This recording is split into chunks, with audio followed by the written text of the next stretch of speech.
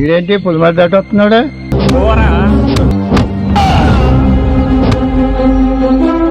నీకు ఎన్నిసార్లు రా చెప్పేది, ఒక్కసారి చెప్తే అర్థం కాదారా?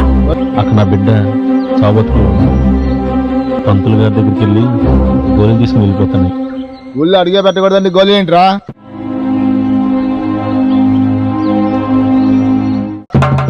ఇందు మూలంగా గ్రామ ప్రజలందరికీ తెలియజేయిందేమనగా, శివగాడు ఊళ్ళోకి వచ్చాడు, ఊరంతా శుభ్రం చేయండి హో. లేరా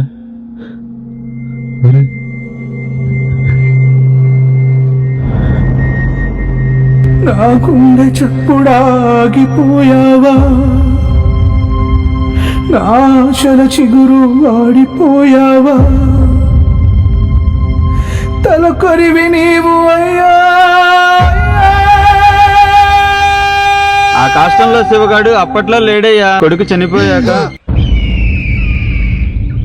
శివుని ఆనతొచ్చిందయ్యా.